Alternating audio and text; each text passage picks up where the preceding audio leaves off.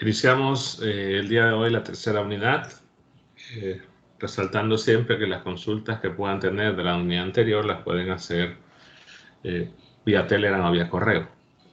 Hace poco hice una pregunta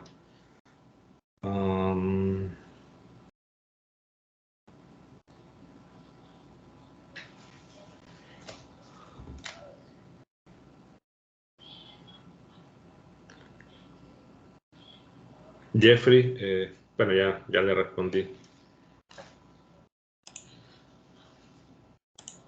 En realidad, ese ejercicio, Jeffrey, es básicamente la solución de la ecuación de Laplace cuando el potencial depende de phi. Eso ya lo tienen hecho. En realidad, recuerden que en cilíndricas se trabajó en ρ, en teta, perdón, en ρ, en phi y en z. Entonces es cuando la tienen con respecto de phi. Lo que tienen que hacer, repito, es resolverlo con respecto de phi. Ok. Sí, es que la única cosa que tenía era, bueno, o plantear la integral de capacitancia, pero bueno, dijo que con el potencial, con eso ya he encontrado, ya. Es que ahí no pueden usar lo de las placas paralelas porque no es que están paralelas. Ok. Entonces tienen que utilizar otra opción. Ok. Gracias. ¿Ok?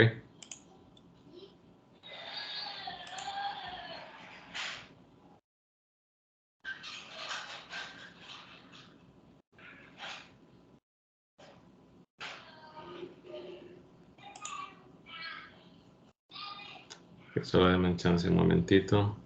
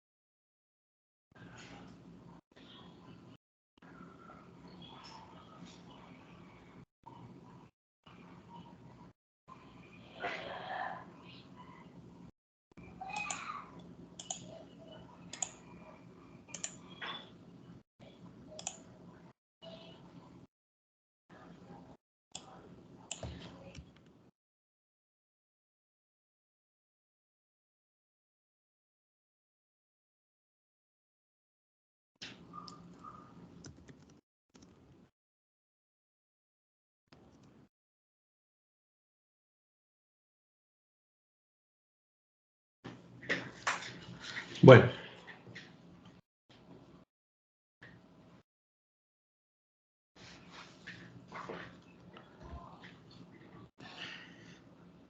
Perdón, estaba corrigiendo una pregunta que me estaban haciendo en una prueba de 4.15 que van a la siguiente ahora. Bueno, pasamos ya al capítulo 9, que es condiciones de frontera en una superficie de discontinuidad. Y entendemos por una superficie de discontinuidad una superficie en la que ocurran, o la que separe dos regiones en la que ocurran algún cambio de alguna propiedad. Por ejemplo, no hemos visto problemas, particularmente que tenemos, por ejemplo, una distribución esférica de radio A y que adentro hay una densidad de carga volumétrica.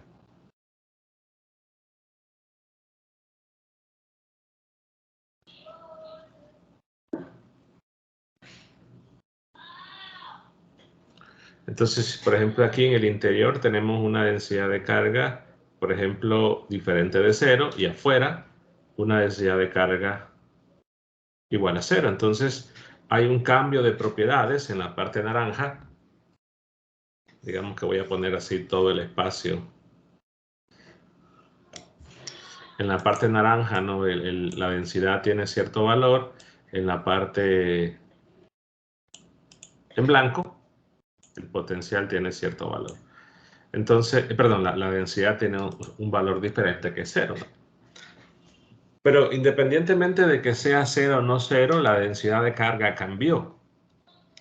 Y la superficie que cambia, o la que delimita las dos regiones donde cambia esa propiedad, es justamente la superficie R igual a A.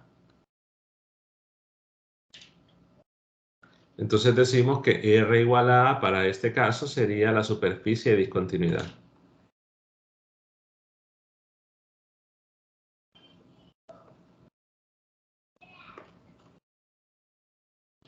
Y podrían haber varias, porque hemos ya analizado problemas donde tenemos de repente esferas concéntricas y decimos que tenemos una esfera de radio A, luego una esfera de radio B, y entre los dos,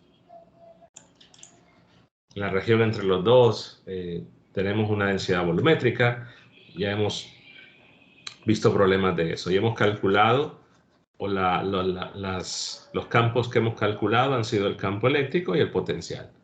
Pero entendemos que en todo el espacio hay propiedades que cambian. En este caso, la propiedad primera que podemos notar que hay un cambio sería la densidad.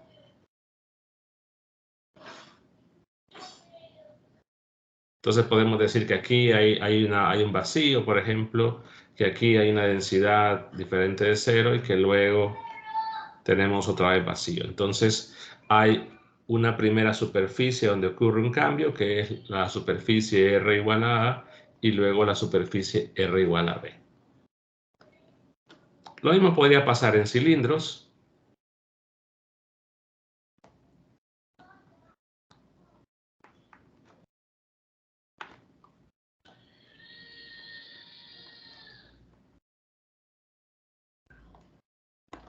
Y en realidad debemos entender que la situación de llamarse discontinua empieza justamente por la densidad. Porque, por ejemplo, si nosotros graficamos la densidad de carga en función del radio R, para este caso, pues tenemos entre 0 y A, luego entre A y B, y luego entre B y 0. B e infinito, perdón. Entonces la densidad primero vale 0 en esa región, para R menor que A vale 0, luego toma cierta función, que puede ser cualquier valor,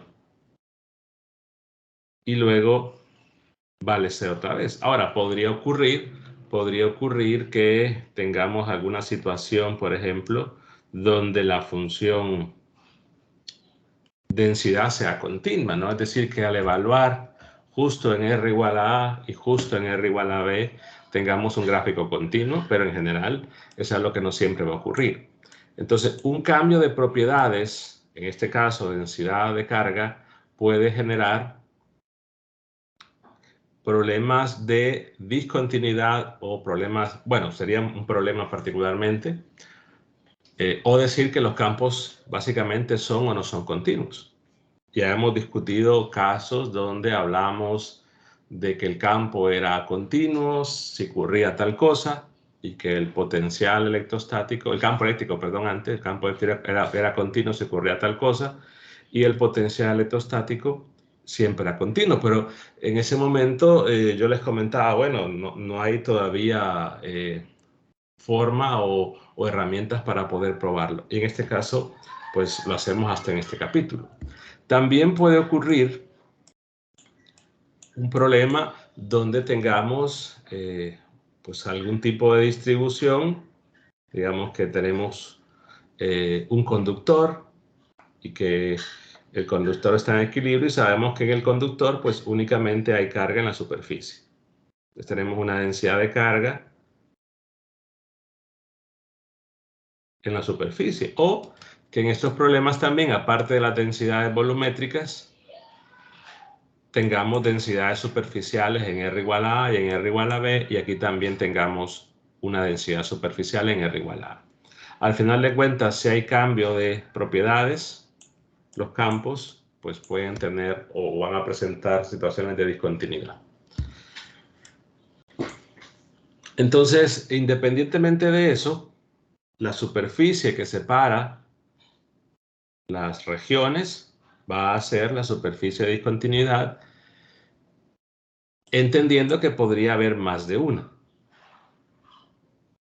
Ya hemos visto problemas, repito, de trabajar el cálculo de campos eléctricos por regiones, justamente divididas por la superficie de discontinuidad, tanto en problemas de cilindros, en problemas de esferas y en problemas incluso de planos infinitos. Entonces, lo que hacemos en general es hacer una descripción que funcione para cualquier campo. En el sentido que vamos a generar un par de ecuaciones que nos digan cómo va a ser la variación que va a tener o qué sucede con determinado campo vectorial inicialmente cuando pasamos de una región 1 a una región 2. Entonces, lo que hacemos es obtener la información puntual. ¿A qué me refiero con eso?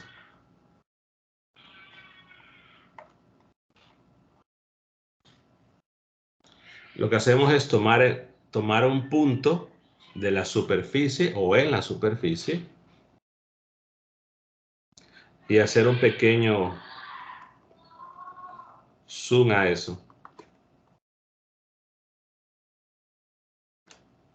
Digamos, un zoom bastante grande que al final de cuentas, independientemente cómo sea la superficie, la forma circular, lineal, etcétera, pues lo que vamos a ver al hacer un zoom lo suficientemente grande es algo plano.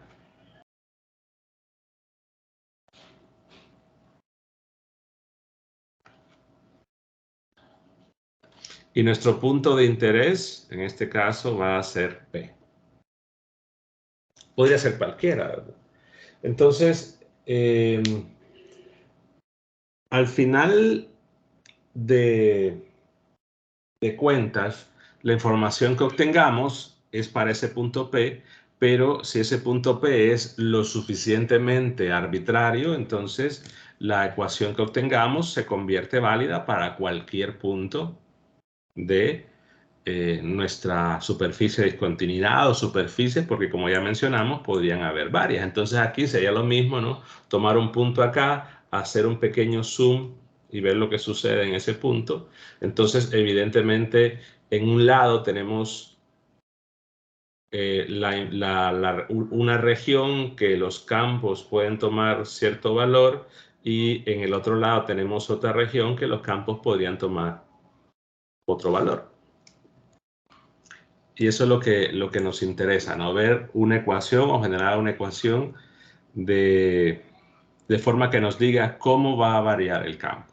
¿Por qué digo el campo? Porque la ecuación va a funcionar para cualquier situación, es decir, campo eléctrico, campo E, el campo D, que todavía no lo hemos visto, luego en 415 el campo A, el campo J, el campo B, es decir, para todos los campos del electromagnetismo, o sea, que se vean entre 21 y 415, esa ecuación se va a seguir usando, o sea que es una ecuación bastante importante porque aparece en cursos posteriores.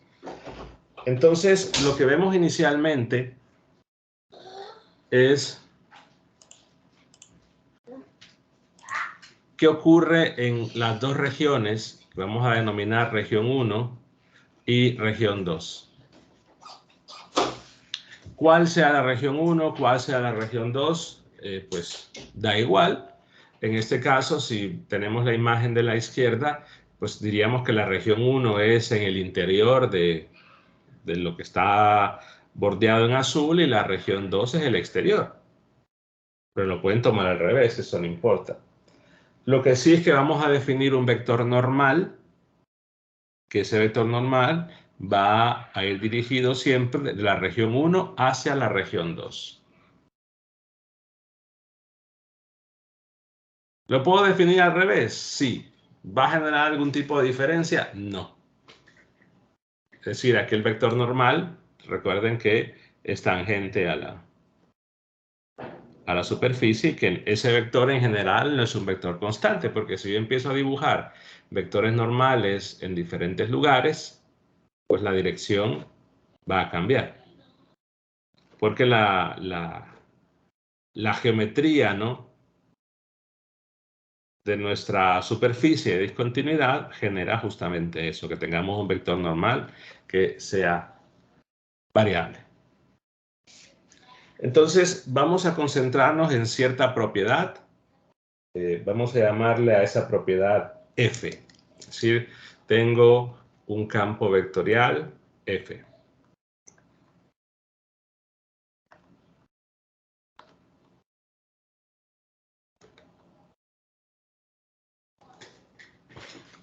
Y vemos en principio lo que se genera con ese campo vectorial F al pasar de la superficie de discontinuidad. Lo que uno podría pensar originalmente es que tenemos una transición, hay una capa de transición donde esa propiedad se mira continua. Por ejemplo, podría pensar que si estoy graficando esa propiedad o en general una propiedad cualquiera y tengo de repente la posición, que voy viendo cómo va cambiando cierto campo vectorial al pasar de una región a otra, lo que llamamos una capa de transición es simplemente ver la variación que tiene en las proximidades de nuestra superficie de discontinuidad para una porción, llamémosle, de longitud h. Pero claro, ahí lo que se ve es la variación de esa propiedad que está graficada en color verde, pero la situación real que vemos es que esa transición no se da, sino que de repente en una proximidad lo que vemos es básicamente esto, ¿no?, que por la izquierda toma un valor, por la derecha toma otro.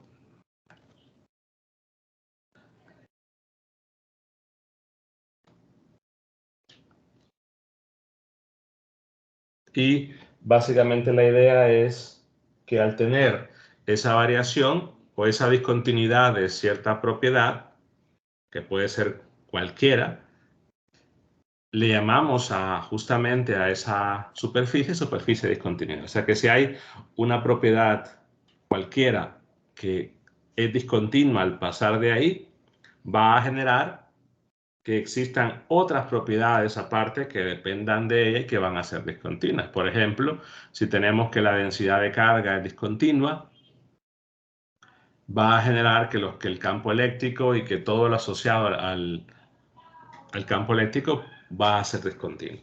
Bueno, de repente algunas cosas no, pero debemos resaltar que es lo que ocurra en esa propiedad. Estamos hablando para un punto específico. Por ejemplo, en nuestro gráfico, nuestro punto, o donde está la superficie de discontinuidad, era básicamente en R igual a A, en R igual a B, sobre la esfera, pero que la información que vamos a obtener es para cualquier valor, por ejemplo, de teta y de phi. De igual forma, en R igual a B, la información que obtengamos va a ser la misma relación para cualquier valor de phi. Eso si consideramos una dependencia de una sola variable. Entonces, en primer lugar, vamos a considerar que nuestro campo F se conocen dos cosas: la divergencia de F y el rotacional de F. Sucede lo siguiente, ¿no? Puede que nosotros no conozcamos F, pero sí conozcamos la divergencia de F y el rotacional de F. Por ejemplo, en el campo eléctrico, de repente tenemos una cierta distribución de carga que es conocida, pero que todavía no hemos calculado cuánto es el campo eléctrico. Pero evidentemente nosotros, si conocemos la densidad, aunque no conozcamos el campo eléctrico, sí sabemos cuánto es la divergencia del campo eléctrico, porque es la ecuación de Maxwell, y además sabemos a qué es igual el rotacional del campo eléctrico, dado que es un campo conservativo. Entonces, en muchos casos, aunque no conozcamos el campo eléctrico, la expresión matemática del campo, sí vamos a poder conocer en muchos casos a qué es igual su divergencia y su rotacional. Pero en este caso serían conocerlos siempre. Lo voy a poner mejor así, en todo caso. Me refiero a que si hay un problema, por ejemplo, que para cierto punto la divergencia da 0, para otros puntos no. Entonces, si solo para algunos puntos lo conozco y para otros no, entonces ya es una información insuficiente.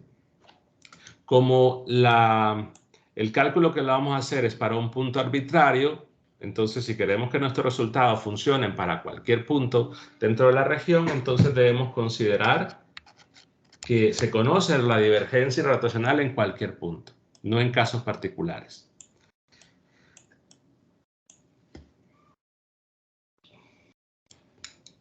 Bueno, ¿qué hacemos lo siguiente? Imaginemos que tenemos nuestra superficie de discontinuidad. Solo que la voy a dibujar ahorita como antes, ¿no? O sea, no tiene por qué ser lineal. Digamos que hacemos un zoom y que en ese zoom se ve casi lineal. Pero que al final de cuentas podría ser un punto dentro de la esfera, en la superficie de R igual a o R igual a B, o en cilindros, etc. Al final de cuentas, para visualizarlo es de esta forma.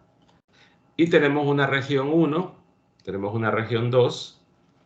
Vamos a definir nuestro vector normal que va, repito, de 1 hasta 2. Y lo que hacemos es construir un pequeño, digamos, paralelepípedo o un cilindro, de manera que para ese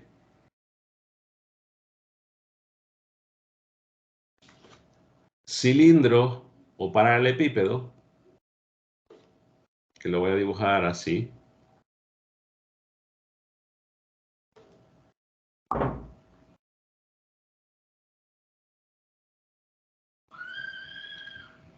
un extremo de él queda en la región 1 y otro extremo queda en la región 2. O sea que, visto de frente, lo que veríamos es esto.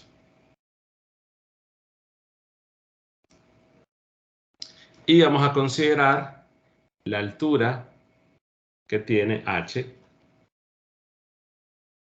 Y podemos llamarle al área de la sección transversal un delta de A. Puede ser un círculo, puede ser un cuadrado, si puede ser un paralelepípedo, puede ser un cilindro, puede ser un prisma, bueno, o incluso un prisma con área de sección triangular, lo que sea. En realidad, el área de la sección transversal va a ser irrelevante, lo que sí vamos a considerar que es algo muy pequeño.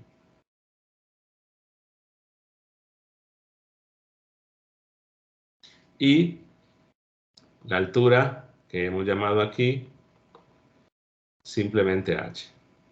Entonces, como tenemos una propiedad, en este caso un campo vectorial f, lo que tenemos información del campo vectorial f es lo que vale f en la parte inferior, o bueno, lo que vale f en todo punto en la región 1 y lo que vale f en todo punto en la región 2. Entonces aquí podría dibujar el campo f en la región 2, llegando a la superficie de discontinuidad o alejando. En realidad eso no es tan tan relevante la dirección, pero tengo de repente el campo F, que lo puedo dibujar, repito,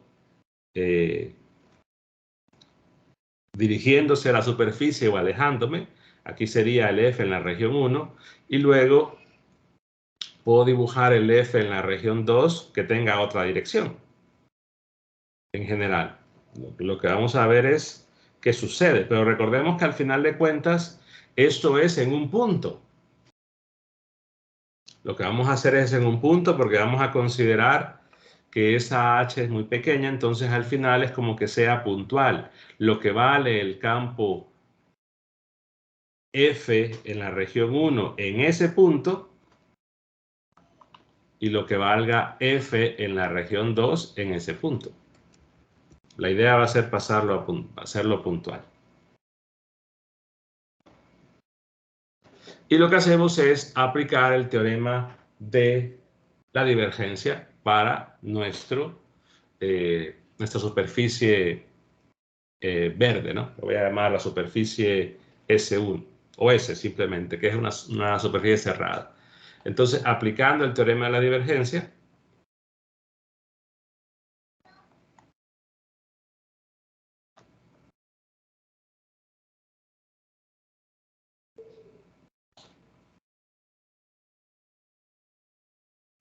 vamos a hablar de el flujo, perdón, del campo F sobre la superficie S. Esto recuerden que por el teorema de la divergencia es la integral de la divergencia de F diferencial de volumen. En este caso, el F es una propiedad general, ¿no? Y que esa F toma un valor F1 en la región 1 y toma un valor F2 en la región 2. Pero que F hace la descripción general de un campo, que toma diferentes valores según la región que estemos. Entonces, si nosotros consideramos nuestro flujo, básicamente tenemos tres caras, ¿no? El flujo que hay en la parte superior, el flujo que hay en la parte inferior y el flujo que hay en la parte lateral, ¿no? Entonces son tres contribuciones. Pero claro, ¿no? Como que hay que hacer un producto punto con la normal, en este caso, no es este vector normal el que tenemos que tomar en cuenta, ¿no? Sino es el vector normal a la superficie. Entonces tenemos aquí un vector normal 1, un vector normal 2 y un vector normal 3. Entonces, al hacer el producto punto o al plantear las integrales y cada uno de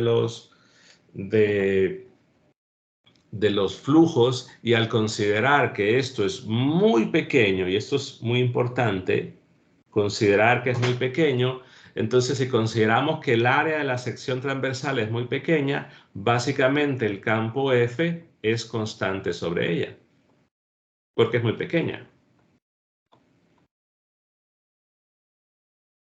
O sea que si tengo un punto y la superficie al final de cuentas es muy pequeña, casi cero, el campo básicamente sería constante sobre ella. Pero claro, ese detalle tiene que decirse que es muy pequeña. Entonces, si es muy pequeña, básicamente el flujo, es decir, tenemos una integral de f punto de dA, pero al ser la superficie de la transversal muy pequeña, esto es constante y sale de la integral. Entonces lo que nos queda es f, digamos, en la región 1, punto, el diferencial de área, que el diferencial de área lo puedo escribir como el área, que es muy pequeña, por el vector, pero lo voy a poner así, F1 punto el diferencial de área por el vector normal 1. Porque repito, he comentado que es muy pequeño. Luego, en el otro lado, evidentemente el normal 2 va en dirección opuesta. Entonces lo coloco así, menos F2 punto el diferencial de área, que es el mismo, y tendríamos un normal 2. Esto ocurre porque el delta de A es muy pequeño.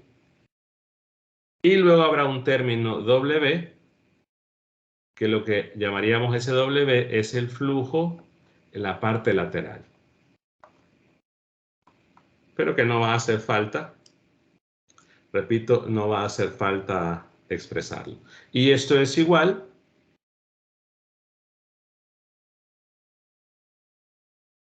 a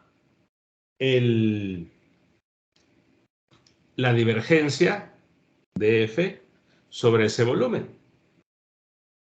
Entonces, en el caso de la divergencia, lo que va a suceder es la misma historia, ¿no? Como esto va a ser muy pequeño, digamos el delta de A va a ser muy pequeño y posteriormente lo que se va a querer es considerar que H tiende a cero. Pues el delta de A era pequeño, pero no hemos hablado nada de H. Si H tiende a cero, entonces lo que va a suceder es que la divergencia va a ser prácticamente constante también dentro del volumen, pero eso lo vamos a hacer después. Aquí solo voy a colocar la integral, perdón, sobre el volumen, divergencia de F, diferencial de tau. Entonces aquí el normal 1 lo puedo escribir y esto es igual al vector normal, ¿no? El vector normal. Y el vector normal 2, perdón, aquí el negativo todavía no va, ojo, el negativo no va todavía porque el producto punto todavía no lo he hecho, ¿no? El producto punto no lo he hecho. Entonces, aquí lo voy a cambiar porque el normal 2 yo lo puedo escribir como menos el normal unitario. Entonces, uno es el normal de las superficies y otro es de la superficie S y otro es el normal de la superficie de discontinuidad. Entonces aquí, como no es el producto punto, entonces tiene que ser positivo. Ya cuando haga el cambio y reemplace con respecto a ese normal, pues puedo factorizar y decir normal punto F1 o F, bueno, lo puedo colocar como quiera, F1. Ah, perdón, es que los puse al revés. Le llamé normal 1 a este. Entonces aquí le voy a llamar normal, solo para que coincidan con la imagen, le voy a llamar a normal 2 este y normal 1, para que coincidan con los campos 1 y 2. Entonces aquí cambiaría un poco, sería la superficie, este es el que sería negativo, perdón. Solo es para que coincidan con el subíndice del campo F. Este es negativo y este es exactamente igual al normal. Entonces si lo agrupo, lo que me quedará es F2 menos F1 más W igual a la integral sobre el volumen de la divergencia de F diferencial de volumen.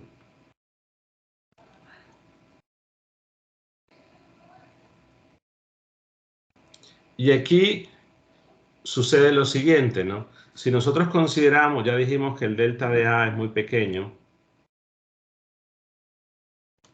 y además vamos a considerar que el H va a tender a cero, entonces si nosotros evaluamos un límite cuando H tiende a cero, lo que sucede es que el término este W va a tender a cero. ¿Por qué razón? Porque este W depende o es el flujo en la parte lateral y que evidentemente va a depender de H, porque depende del área, ¿no? Entonces, si tengo un flujo sobre esa área y que depende de H y H tiende a cero, entonces el término va a tender a cero. Pero la parte inicial de la ecuación, esto no depende de H, porque estos son los flujos o viene del flujo en la parte superior e inferior. Entonces, si tomamos el límite cuando H tiende a cero en la ecuación anterior,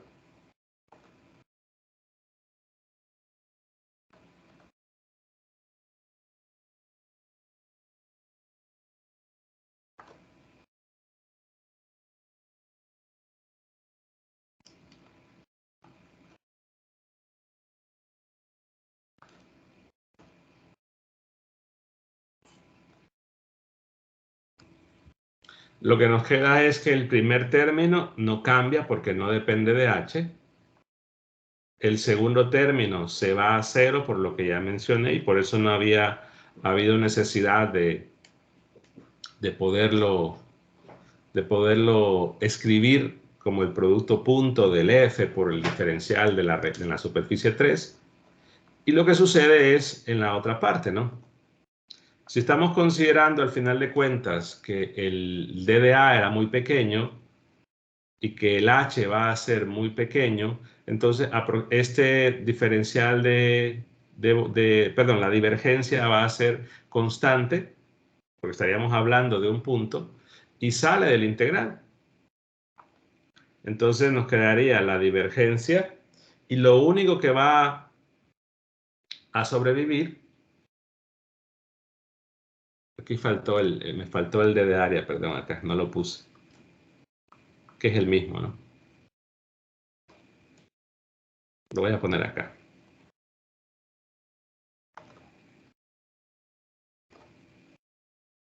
El d de área de la sección transversal. Entonces nos quedaría la divergencia sale del integral y lo que nos queda es h por el diferencial de área. Entonces, ojo aquí, puedo cancelar el delta de A sin ningún problema, pero aquí hay que tener cuidado, ¿no? Porque uno dice, bueno, esto es aproximadamente constante si el diferencial de área es muy pequeño, pero recordemos que que el campo F va a tomar o puede tomar dos valores, ¿no? Entonces, al final de cuentas, si yo voy diciendo que H tiende a 0, lo voy a hacer, bueno, lo visualizo así, reduciendo.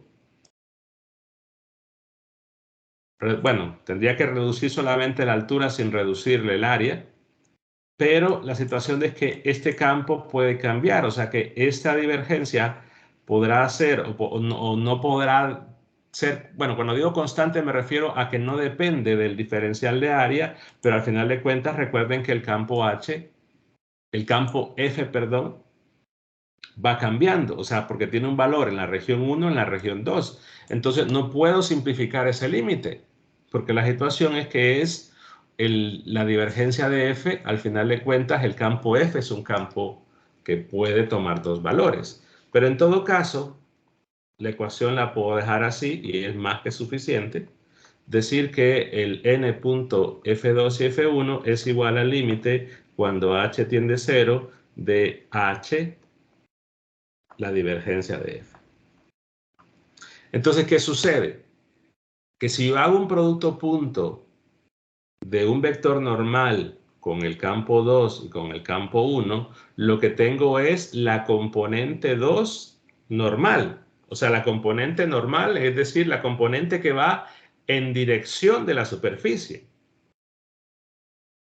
O sea, tengo el campo F2, la componente normal es la que va en paralela al vector normal de la superficie de discontinuidad y la 1, la misma historia.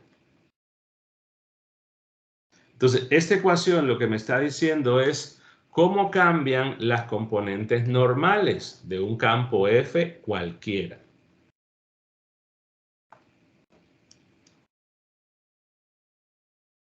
Aquí no le puse, perdón, F1 normal. Y esto es igual a ese límite. Entonces sucede lo siguiente, o debe estar claro lo siguiente. Según lo que suceda con la divergencia de F, por ejemplo, ¿no? Si la divergencia de F es 0 siempre, entonces las componentes normales van a ser iguales. Si esto es 0 siempre, las componentes normales van a ser iguales. Ahora, si no es 0, lo que hay que ver es cómo va cambiando esa divergencia a medida h tiende a 0. Pero aquí tenemos una ecuación que nos dice cómo cambian las componentes normales de un campo cualquiera. Consideremos ahora el campo eléctrico. Es decir, como ya tengo para un campo F, ahora lo que digo, bueno, para el campo eléctrico, lo que tenemos es la ecuación esta, se convierte en la componente normal en la región 2 del campo eléctrico, menos la componente normal es igual al límite cuando H tiende a 0 de H por la divergencia del campo eléctrico, y esto sabemos que es el límite cuando H tiende a 0 de H, y la divergencia del campo eléctrico es la densidad volumétrica de carga sobre el epsilon 0. Entonces, para evaluar ese límite, regresamos otra vez a nuestra superficie de discontinuidad y vemos lo siguiente, ¿no? Recordemos que nuestro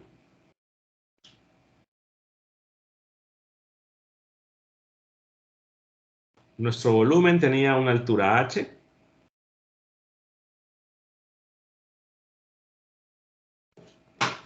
Y básicamente, si nosotros reemplazamos o decimos, bueno, aquí hay una densidad volumétrica, podría que en la región 1 sí, que en la región 2 no, o al revés. Pero ¿qué va a suceder con respecto a H?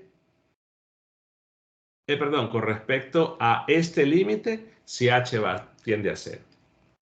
Entonces visualicemos la carga que hay dentro, ¿no? La carga que hay ahí dentro, en principio, esa carga es, como el diferencial de área es muy pequeño y al final de cuentas el H va a tender a 0, entonces se puede considerar como constante, al menos para esas consideraciones, y la carga sería igual a la densidad volumétrica de carga multiplicada por el delta de A por H.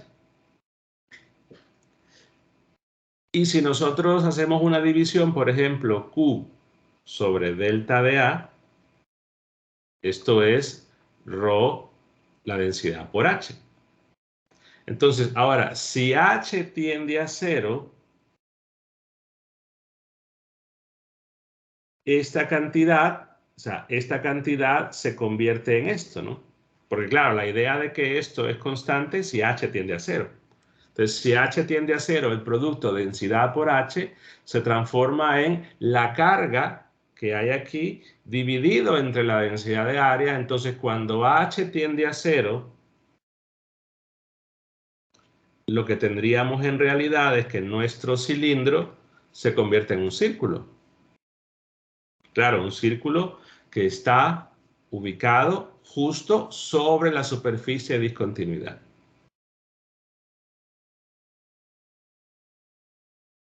Entonces, ese límite a densidad por H se convierte en carga entre diferencial de área y es en la que queda en la superficie de discontinuidad, y esto es básicamente sigma. Pero claro, todo esto es en el caso de que H tiende a 0, pero no lo puedo hacer evaluando directamente porque el valor de densidad, como ya lo mencioné, cambia. Entonces, sucede que las componentes del campo eléctrico, las componentes normales, ese límite de H por la densidad es básicamente la densidad superficial de carga entre epsilon 0. Entonces, la ecuación que tenemos nos está diciendo lo siguiente. Si tenemos una densidad superficial de carga sobre la superficie de discontinuidad, o sobre la superficie que estemos analizando, pero si hay una densidad superficial de carga ahí, particularmente las componentes normales no van a ser continuas, porque continua sería, o más bien, perdón, las componentes normales no serían iguales.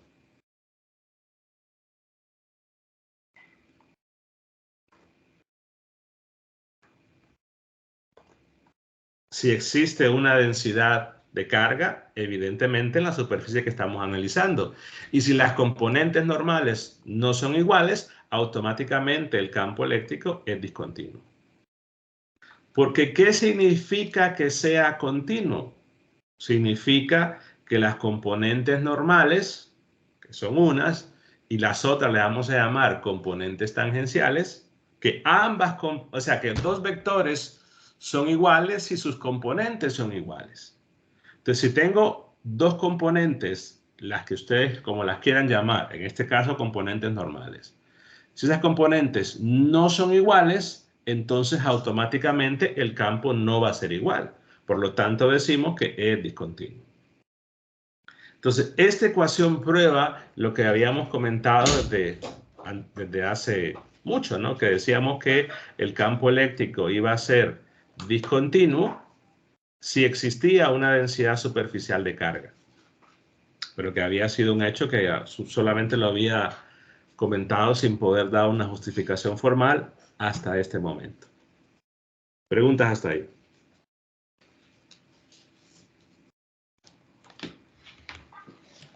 Ingeniero, Dígame. para esa ecuación, el caso de densidad superficial podría ser constante y variable y siempre se cumple eso. Sí. Claro, recuerden que si es la información que estamos obteniendo es en un punto.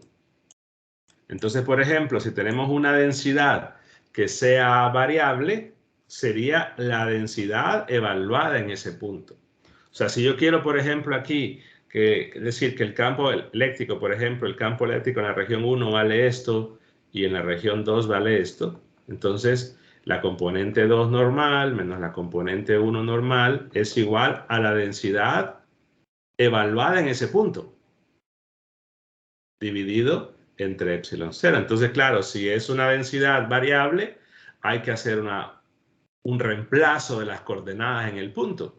Si es una densidad constante, pues es el mismo valor, pero funciona en cualquiera de los dos casos. Sea que es la densidad variable o sea una densidad constante, el campo eléctrico va a ser discontinuo. Mañana vamos a ver la ecuación que resulta o la ecuación que tendríamos que deducir o la que nos va a quedar para ver las componentes tangenciales. Pero eso es algo que también pueden ir leyendo en el libro. ¿Más preguntas? Se cumpliría también con una densidad volumétrica. Pero es que la volumétrica no tendría sentido, porque recordemos que lo que estamos evaluando es qué sucede en la superficie. O sea, la volumétrica, yo puedo tener, por ejemplo, aquí, yo lo mencioné, no puedo tener una densidad volumétrica en esa región, pero cuando ya hay cambios, o sea, por ejemplo, si hubiera una densidad superficial en R igual a V, lo que va a ocurrir es que el campo, al pasar de la región que le voy a llamar 2 a la región 3, al pasar el campo sería discontinuo. Aún teniendo, o sea, que la densidad volumétrica no genera un problema de discontinuidad, es la densidad superficial. Entonces, si no tengo una densidad superficial, el campo es continuo. Y eso es algo que ya lo hemos estado discutiendo en todos los problemas que hemos trabajado con ley de Gauss. Solo que no habíamos podido justificar. O sea, si hay una densidad superficial en algún lugar dentro de nuestra distribución, el campo eléctrico al pasar de una región a la otra atravesando la superficie de discontinuidad va a ser discontinuo si hay densidad superficial de carga. La volumétrica no va a generar ningún problema de discontinuidad. ¿Sí? Ok, gracias. ¿Preguntas? ¿No? Bueno, seguimos mañana. Nos vemos mañana. Que pasen buenas noches. Buenas noches. Bueno.